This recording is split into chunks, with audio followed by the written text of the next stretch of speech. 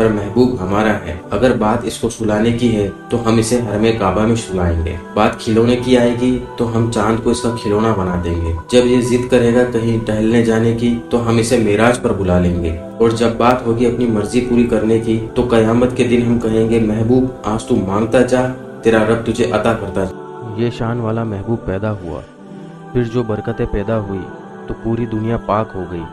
پھر آپ نے فرمایا میں اپنے لال کو دیکھ رہی تھی کہ غیب سے ایک بادل کا ٹکڑا آیا اور میرا بیٹا میری گود سے اس بادل میں چلا گیا۔ میں ماں تھی، میری ممتا تڑپ گئی، بیوہ تھی، یہ یتیم بچہ ہی میرا سہارا تھا اور وہ بھی غائب ہو گیا۔ میں روتی رہی، پھر کچھ دیر بعد وہی بادل کا ٹکڑا واپس آیا اور میرا لال مجھے واپس کر دیا۔ اب فرماتی ہیں میں نے اپنے کانوں سے سنا کوئی کہہ رہا تھا بتاؤ انہیں کہاں کہاں گھما کے لائے ہو؟ تو کسی نے جواب دیا ہم نے اسے پورب بھی دکھایا، پشچم بھی دکھایا، اتر بھی دکھایا، دکن بھی دکھایا۔ پوچھا اور کہاں لے گئے؟ تو کہا خشک و تر میں لے گئے، بحر و بر میں لے گئے، سمندروں میں لے گئے، ہر مخلوق کو بتا دیا کہ یہ رب کا محبوب ہے۔ پھر آواز آئی کہ تمام نبیوں کی خوبیاں میرے محبوب میں ڈال دو، جو تنہا میرے محبوب کو دیکھ لے تو سارے نبوت کے جلوے اس کی آنکھوں میں سما جائے۔ وقت گزرتا گیا اور پھر وہ وقت بھی آیا جب حضور حلیمہ سعدیہ کی گود میں گئے۔ انشاءاللہ آگے کا واقعہ اگلی کی ویڈیو میں جانیں گے۔ حصول ثواب کے لیے 11 مرتبہ درود شریف حضور کی بارگاہ رسالت میں نذر کریں اور اللہ تعالیٰ سے دعا ہے کہ بولنے اور سننے میں کوئی غلطی ہوئی ہو تو معاف کریں، اور نبی کریم صلی اللہ تعالیٰ علیہ وسلم کی ولادت کے بابرکت مہینے کے صدقے میں ہماری شفاعت کریں۔ اگر آپ کو ہماری ویڈیو پسند آئی تو لائک اور سبسکرائب ضرور